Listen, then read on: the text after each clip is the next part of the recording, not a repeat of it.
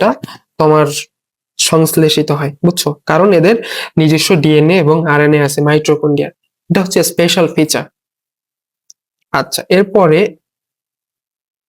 কোনটা মাইটোকন্ড্রিয়ার কাজ? ভাই মাইটোকন্ড্রিয়াকে বলা হয় কোষের পাওয়ার হাউস, বুঝছো? তো পাওয়ার হাউস যেহেতু তুমি বলতেছো, তাহলে তুমি হচ্ছে এর কাজ কি হবে? শক্তি উৎপাদন করবে, শেষ। আচ্ছা, এরপরে ভাইয়া যেটা আছে যে প্রকৃত কোষ, আচ্ছা এখানে আসো তো, প্রোটিন সংশ্লেষণ করা কার কাজ তুমি বলো তো? এটা হচ্ছে রাইবোজোমের কাজ, প্রোটিন সংশ্লেষণ করা, তাই না? রাইবোজোম মানে প্রোটিন, রাইবোজোম মানে হচ্ছে প্রোটিন, মনে রাখার জন্য। আচ্ছা, রঞ্জক তৈরি করে কে, বা সাইটোপ্লাজমিক কাঠামো দেয় কে? এটা হচ্ছে তোমার বইয়ে থেকে কাজগুলো যখন তুমি পড়বে তখন দেখে নিবে। তো প্রোটিন কথা হচ্ছে রাইবোজোম। ভাইয়া তুমি যদি এত কিছু নাও জানো, মাইটোকন্ড্রিয়া মানে হচ্ছে কোষের শক্তি ঘর বা পাওয়ার হাউস, তার মানে তার কাজই হচ্ছে শক্তি উৎপাদন করা। অপশন দেখলেই তুমি দাগাইতে পারবা, ঠিক আছে? এইভাবে কাজগুলো একটু পড়ে নিবা। আচ্ছা, এরপর হচ্ছে প্রকৃত কোষ কি দ্বারা বেষ্টিত থাকে? ভাইয়া উদ্ভিদ কোষের একটা অনন্য বৈশিষ্ট্য আমি বলছি যে উদ্ভিদ কোষে কি থাকবে? কোষ প্রাচীর থাকবে। এই কোষ প্রাচীর দিয়েই সে আসলে বেষ্টিত থাকবে। এই যে চারপাশের যে আবরণ, সেটা হচ্ছে তোমার কোষ প্রাচীর। আচ্ছা, তাহলে উত্তর কোনটা? উত্তর হচ্ছে তোমার কোষ প্রাচীর। এরপরে যেটা আছে, মাইটোকন্ড্রিয়ার মেমব্রেনের ভিতরকার মেমব্রেনের কেন্দ্রের দিকের ভাঁজগুলোকে কি বলা হয়? তাহলে ভাঁজকে বলা হয় হচ্ছে ক্রিস্টি। হ্যাঁ, কিছু লাইন একটু লিখে নাও। আমি কি তাহলে এখানে মাইটোকন্ড্রিয়াতে চলে যাই, তাহলে তোমাদেরকে দেখাতে সুবিধা হবে। আচ্ছা, মাইটোকন্ড্রিয়া, এই যে মাইটোকন্ড্রিয়া চলে আসছে। এই হচ্ছে একটা মাইটোকন্ড্রিয়ার ছবি, বুঝছো? তো দেখো, তুমি মনে রাখবা এখানে কি কি দেখা যাচ্ছে। ক্রিস্টি, সরি, এটা হচ্ছে তোমার ক্রিস্টি। আরেকটা আছে অক্সিজম। অক্সিজমটা কোথায়? এখানে কি দেখাইছে? আচ্ছা, না দেখালেও সমস্যা নাই, আমরা হচ্ছে এখান থেকে দেখে নিব। ক্রিস্টি হচ্ছে একটা প্রবর্ধিত অংশ, ভালো কথা, সমস্যা নাই। আমাদের মূল যে কথাটা সেটা হচ্ছে যে অক্সিজম, অক্সিজম হচ্ছে একটা দানা। তাহলে তুমি এই অক্সিজমের এখানে লিখে রাখবা এটা হচ্ছে একটা দানা, বুঝছো? আর ভাঁজকে বলা হয় হচ্ছে ক্রিস্টি। তাহলে ভাঁজ হচ্ছে কি? ভাঁজ হচ্ছে তোমার ক্রিস্টি।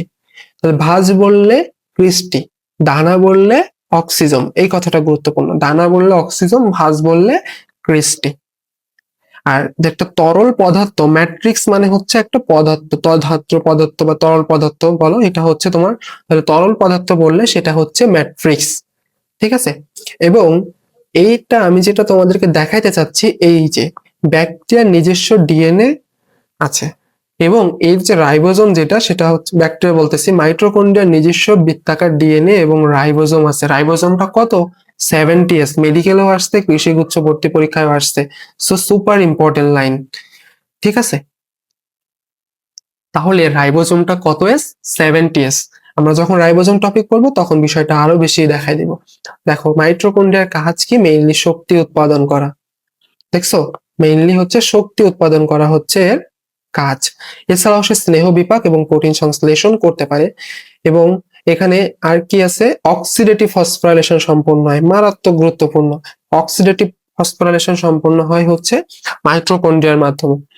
আচ্ছা, পরবর্তী যে প্রশ্নটা আমার আছে সেটা হচ্ছে যে প্রতিটা প্রাণী কোষে মাইটোকন্ড্রিয়ার সংখ্যা কত? মাইটোকন্ড্রিয়ার সংখ্যা হচ্ছে 200 থেকে 300টা, বুঝছো? 300 থেকে 400 হচ্ছে ফটোসিনথেটিক অণুর সংখ্যা, অর্থাৎ ক্লোরোপ্লাস্টের ফটোসিনথেটিক অণু থাকে, সেটা সংখ্যা হচ্ছে 300 থেকে 400। আর প্রতি কোষে মাইটোকন্ড্রিয়ার সংখ্যা হচ্ছে 300 থেকে 400, বাট এর বেশিও হইতে পারে, যেমন যকৃৎ কোষে হচ্ছে 1000 আছে, অ্যামিবাতে তো আরো বেশি, বুঝছো?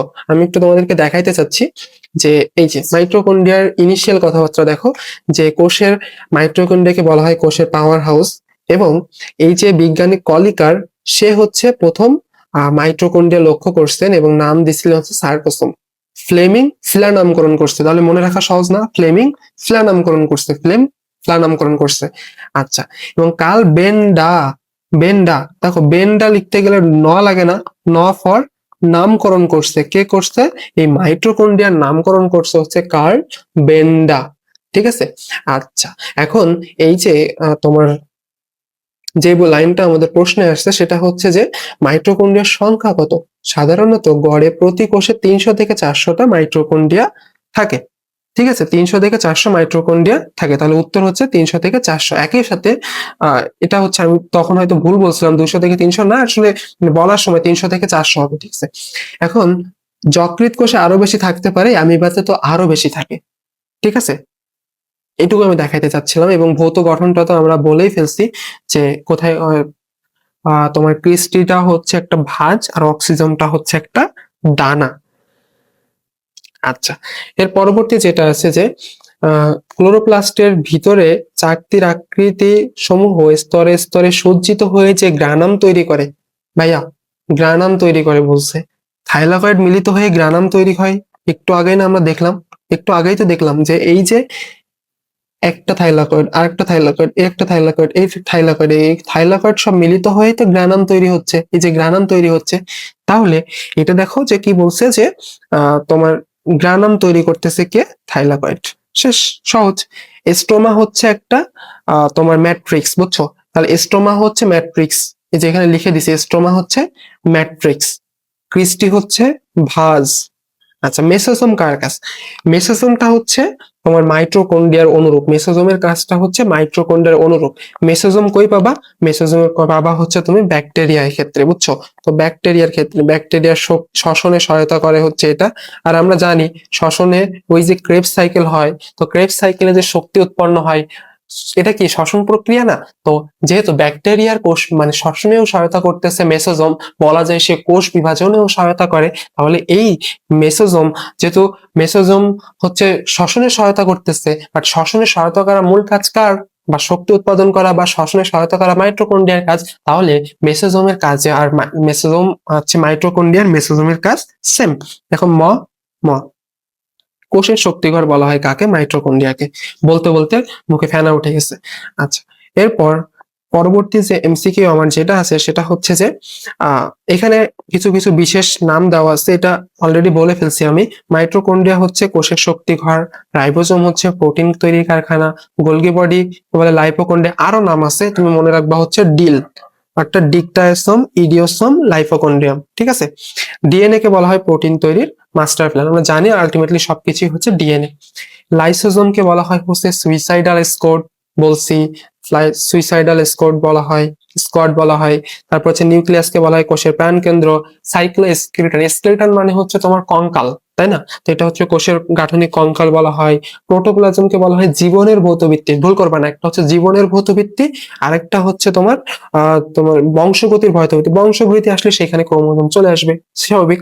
হরমোন, হরমোন হচ্ছে কি হরমোনকে বলা হয় হচ্ছে মেসেঞ্জার দূত, তাই না? রাসায়নিক দূত বলা হয় হচ্ছে তোমার হরমোনকে। তাহলে দেখে রাসায়নিক বার্তা বাহক হচ্ছে হরমোন। যকৃৎকে বলা হয় হচ্ছে, দেখবা যকৃতে প্রায় 500 শতাধিক ক্রিয়া কার্যকলাপ গুলো হয়ে থাকে, বিক্রিয়া ঘটে থাকে, এজন্য একে বলা হয় রাসায়নিক ল্যাবরেটরি। দেখো, মানব দেহের ল্যাবরেটরি বলা হয় হচ্ছে যকৃৎকে। বৃক্ককে কি বলা হয়? ছাকন যন্ত্র, জানি। হৃৎপিণ্ডকে বলা হয় মানব দেহের প্রাণ, হার্টবিট, হার্ট যেটাকে বলে। যকৃৎকে বলা হয় আবার জীবন সমূহের পথশ্রয়। আচ্ছা, অস্থি হচ্ছে রক্তকণিকা, ওই যে স্টেম সেল তৈরির কারখানা। আচ্ছা, বলছিলাম যে স্টেম সেল থেকে আছে। ক্লাভিকল কি? কলার বোন। কলার বোন হচ্ছে ছেলেদের ক্ষেত্রে, বিউটি বোনটা হচ্ছে মেয়েদের ক্ষেত্রে। দেখবা যে তোমাদের এই যে কলার যেটাকে বলে বা কলার বোন বা মেয়েদেরকে, এটা মানে দেখা গেলে দেখবা যে সেই মেয়েটাকে সুন্দর লাগে দেখতে। সো এই জন্য ওই থেকে নামকরণ করা হয়েছে, এটা হচ্ছে বিউটি বোন, আর ছেলেদের ক্ষেত্রে হচ্ছে কলার বোন। পানিকে বলা হয় ফ্লুইড অফ লাইফ। সাইকাস হচ্ছে তোমার জীবন্ত জীবাশ্ম। Haemoglobin Robin Hood. শ্বেত রক্তকণিকা হচ্ছে ফ্যাগোসাইটোসিস প্রক্রিয়ায় জীবাণু ধ্বংস করে, এটা হচ্ছে আণুবীক্ষণিক যন্ত্র। এনজাইম হচ্ছে যে প্রোটিন তৈরির জন্য যে কর্মী, বাট প্রোটিন হচ্ছে জীবনের কর্মঘোড়া বলা হয় প্রোটিনকে। এখানে লিখে নিবা যে জীবনের কর্মঘোড়া বলা হয় হচ্ছে, জীবনের কর্মঘোড়া বলা হয়, কর্মঘোড়া বলা হয় হচ্ছে প্রোটিনকে।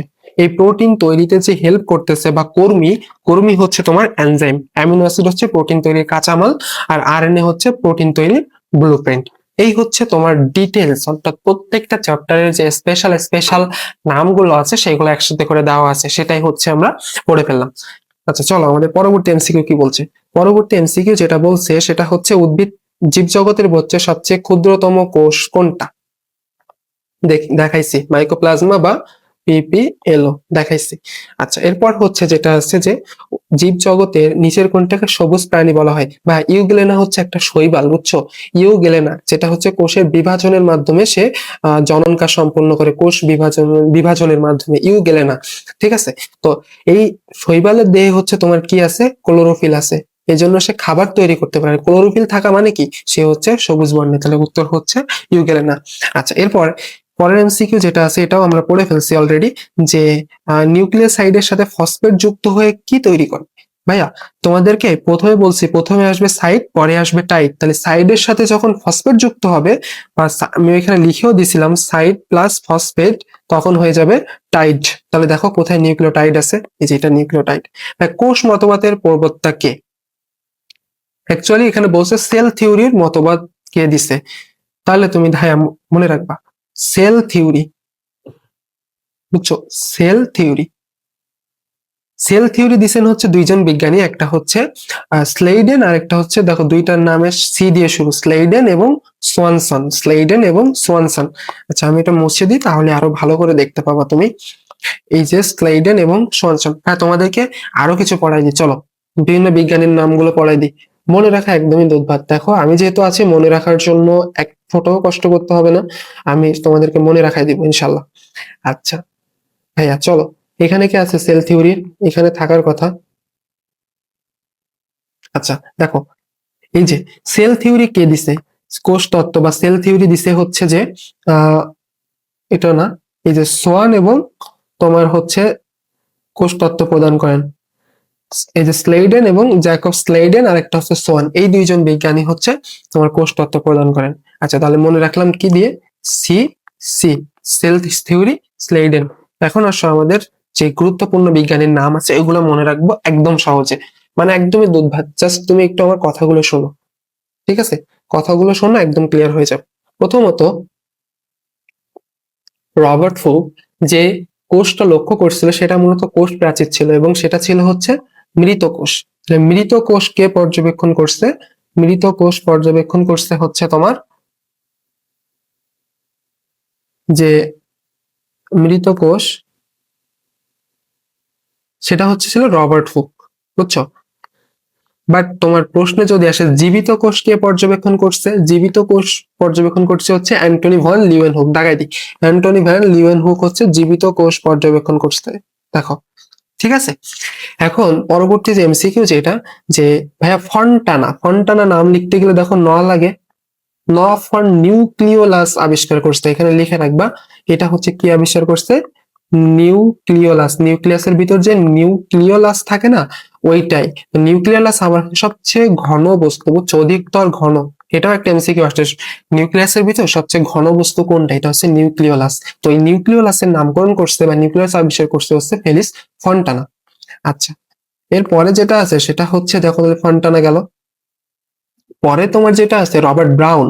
ব্রাউন লিখতে গেলে ন লাগে, রবার্ট ব্রাউন হচ্ছে নিউক্লিয়াস আবিষ্কার করছে। দেখো এই যে নিউক্লিয়াস আবিষ্কার করছে, শেষ। আচ্ছা, ডুজার ডিন, ঠিক আছে, নামের শেষে আছে ডিন। কি দিন, কে আবিষ্কার করছে? সার্কোড। কি দিন? 7 দিন, বুঝছো? তোমরা বলি না এই বাসায় ওই যে আহ ক্ষেত খামারে আমরা সাত দেই না, তার 7 দেই, কখন দেই? দিনে দেই। এভাবে পড়বা যে দিনে 7 দেই, দিনে সার দেই। তাহলে দিনে হচ্ছে ডুজার ডিন। কি কে আবিষ্কার করছে? সার্কোট নামকরণ করছে, ঠিক আছে? আচ্ছা, এরপর পার্কিনজে, পার্কিনজে কি বলছে? পার্কিনজে আবিষ্কার করছে হচ্ছে প্রোটোপ্লাজম। প্রোটোপ্লাজম সহজ, মানে প, প, তাহলে এটা হচ্ছে প, প। আর কি আছে? আর একজন বিজ্ঞানী আছে হাক্সলে, যে বলছে যে কোষ প্রোটোপ্লাজম হচ্ছে জীবদের ভৌত ভিত্তি, ঠিক আছে? এছাড়া আর আছে এখানে 4টা, বা এই 4টা থেকেও এমসিকিউ আসছে, তোমাদেরকে দেখাবো আমি। সো চলো এই 4টাও আমরা জাস্ট একটুখানি সময়ের ভিতর সব পড়ে ফেলি। দেখো, এই যে ব্র্যাকেট, ভাইয়া ব্র্যাকেটের ব থেকে মনে রাখবা হচ্ছে বেসিক। তাহলে তুমি লেখার ভিতর কোথায় বেসিক মানে কি মৌলিক, বা মৌলিক কোথায় মৌলিক লেখা আছে সেটা তুমি দেখবা। যখনই বলবে যে কোষ হলো জীবের গঠনগত মৌলিক একক, কে বলছেন? মৌলিক কথা আছে বেসিক, বেসিক ফর ব্র্যাকেট, শেষ। এটা কিন্তু আসছে প্রশ্নে। তারপর হচ্ছে যদি বলে যে মৌলিক গঠন এবং কার্যগত একক, ভাইয়া মৌলিক গঠন এবং কার্যগত একক, ভাইয়া কাজ কে করে বলতো? এখন নতুনকার যুগে এসে কাজ করতেছে হচ্ছে রোবট, তাই না? তো মনে রাখবা রোবট অনেক কাজ করতেছে। তো এই রোবট যদি তুমি কার্যগত বা কাজ কিছু দেখো তাহলে তখন কে করবে? রবার্টিস। শেষ। আচ্ছা, এরপর হচ্ছে সিক। সিকেভিস, দই এবং সিকেভিস, এই সিক কথাটা মার্ক করবা কিভাবে? দেখবা যে কোথায় আত্মপ্রজনন লেখা আছে, অর্থাৎ তুমি এভাবে মনে রাখবা যে প্রজনন করতে করতে সিক হয়ে গেছে, প্রজনন করতে করতে সিক হয়ে গেছে, এভাবে মনে রাখো মানে শেষ। আর হিকম্যান মানে হচ্ছে হিউম্যান, এভাবে পড়বা হিকম্যান ফর হিউম্যান। তাহলে হিউম্যান অর্থাৎ মানুষ, সে কিন্তু সবকিছু নিয়ন্ত্রণ করতে পারে, তাহলে কোথায় আত্মকেন্দ্রিক আছে বা নিজের নিয়ন্ত্রণ করতে পারে কোথায় লেখা আছে সেটা দেখলে হিকম্যান। ভাই আমি যে চারটা সুন্দর সুন্দর ক্লু বলছি, এই ক্লু গুলো জাস্ট তুমি মনে রাখবা। মৌলিক, প্রজনন, একটা হচ্ছে নিয়ন্ত্রণ, আর একটা হচ্ছে কার্যগত। চারটা মনে রাখলে দেখবা যে এই বিজ্ঞানের কাজগুলো সহজে মনে রাখা তোমার পক্ষে একদমই দুর্ভাগ। ঠিক আছে, তাহলে ব্র্যাকেট বেসিক, সিকেভিস, সিক করতে করতে প্রজনন করতে করতে সিক হয়ে গেছে, নিজের নিয়ন্ত্রণ করতে পারে হিউম্যান, হিউম্যান থেকে হিকম্যান, এবং কাজ করে এখন অনেকটাই রোবট, তাহলে হচ্ছে রোবোটিস। শেষ। তাহলে একদম বিজ্ঞানী 14 গোষ্ঠী আমরা পড়াই ফেলছি। এখন ভাই চলো পরবর্তী কি বলছে, যে ডিএনএ লাইগেস এনজাইম দিয়ে কি করে। ডিএনএ হচ্ছে যে লাইগেস এনজাইম দ্বারা হচ্ছে লাগাই, লাইগেস ফর হচ্ছে লাগাই, এভাবে মনে রাখবা লাইগেস ফর লাগাই। কি লাগাই? লাগাই মানে হচ্ছে সংযুক্ত করে কোনো কিছুর সাথে, অর্থাৎ ডিএনএ খন্ড সংযুক্তকরণের কাজ করে লাইগেস। একইভাবে রেস্ট্রিকশন এনজাইম আছে যেটা হচ্ছে কাটার কাজ করে, তাহলে ছেদন করা বা কাটার কাজ এগুলো হচ্ছে রেস্ট্রিকশন এনজাইম করে থাকে। এখন কোষের মাপ কোন এককের সাহায্যে নেওয়া হয়, এটা আমি দাগাই ফেলছি তোমাদের বইয়ে, তখন দেখাই ফেলছি যে কোষের মাপটা তোমরা পড়ে ফেলবা যে কোন কোন এককে আমরা কোষটাকে মেজার করি আলটিমেটলি। এখানে দুইটা আছে উত্তর, আসলে অ্যাংস্ট্রম আছে, মিলিমিটারও আছে। আচ্ছা, এর পরবর্তী যেটা, যে প্রোক্যারিওটিক শব্দটি কোন ভাষা থেকে এসেছে। ভাইয়া এই যে বোটানির ভিতর যেটা আছে যে প্রোক্যারিওটিক সেল, সেল কথাটা আসছে হচ্ছে তোমার ল্যাটিন ওয়ার্ড থেকে, বুঝছো? ল্যাটিন ওয়ার্ড থেকে আসছে সেল কথাটা। আর এই যে প্রোক্যারিওটিক শব্দটা আসছে হচ্ছে গ্রিক ওয়ার্ড থেকে। দেখবা যে জীববিজ্ঞানের অধিকাংশ শব্দই হচ্ছে তোমার ল্যাটিন ভাষা থেকে আসতেছে বা গ্রিক ভাষা থেকে আসতেছে। সো এটা হচ্ছে তোমার ল্যাটিন ওয়ার্ড। সেল হচ্ছে ল্যাটিন ওয়ার্ড আর প্রোক্যারিওটিক হচ্ছে গ্রিক ওয়ার্ড। এরপর হচ্ছে ক্লোরোপ্লাস্টের ঝিল্লি দ্বারা আবৃত পানিগ্রাহী পদার্থকে কি বলা হয়। পানিগ্রাহী আর একটা হচ্ছে পানি শোষী। পানি গ্রহণ করে হচ্ছে তোমার যে তোমার কি বলে এটা, যে ম্যাট্রিক্স। আমি আগেই তোমাদেরকে লিখে দিচ্ছি যে ম্যাট্রিক্স বললেই সেখানে দাগাই দিবা স্ট্রোমা। ল্যামেলি বললে বলবা হচ্ছে একটা নল বা নলাকার কিছু, মানে নল সংযোগ সাধন করছে এমন কিছু, তাহলে ম্যাট্রিক্স যেহেতু আছে স্ট্রোমা। প্রোক্যারিওটিক কোনটা? প্রোক্যারিওটিক মানে হচ্ছে আদি কোষী। তাহলে আদি কোষে কোন কোনটা, মানে কারা কারা আদি কোষী আছে, এটা হচ্ছে তুমি মনে রাখবা মাই সাবানা কথাটা দিয়ে। মাই সাবানা অর্থাৎ মাইকোপ্লাজমা, সায়ানোব্যাকটেরিয়া এবং ব্যাকটেরিয়া, এই তিনটা জিনিস হচ্ছে প্রোক্যারিওটিক। এই তিনটা ব্যতীত বাকি যতগুলো যা আছে সবগুলোই হচ্ছে ইউক্যারিওটিকের ভিতর ঢুকে যাবে। তাহলে এখানে দেখো ব্যাকটেরিয়া। আচ্ছা, ডিএনএ এর কোন নাইট্রোজেন বেসটি পাওয়া যায় না। আমরা বলছি যে মানে ডিএনএ টাকে ডিস্টিংগুইশ করার জন্য আমাদের যে থায়ামিনের পরিবর্তে কি থাকে?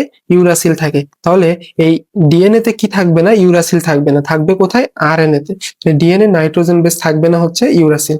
আচ্ছা, ডিএনএ এর গঠন কে আবিষ্কার করছে? ডিএনএ এর গঠন আবিষ্কার করছে হচ্ছে ওয়াটসন এবং ক্রিক। বিজ্ঞানীগুলোর নাম দেখলেই বুঝতে পারবা যে আসলে এই বিজ্ঞানীগুলো মানে তেমন অবদান রাখে নাই, আনকমন ওয়াটসন এবং ক্রিক। যেটা তোমাদের যখন যারা এইচএসসি পরীক্ষা দিবা তোমাদের ঘয়ের জন্য যে এই মডেলটা খুবই গুরুত্বপূর্ণ, ওয়াটসন মডেল। তো চলো হচ্ছে আমরা বই থেকে এই মডেলের আরো যে গুরুত্বপূর্ণ তথ্যগুলো আছে এগুলো একটু দেখে ফেলি।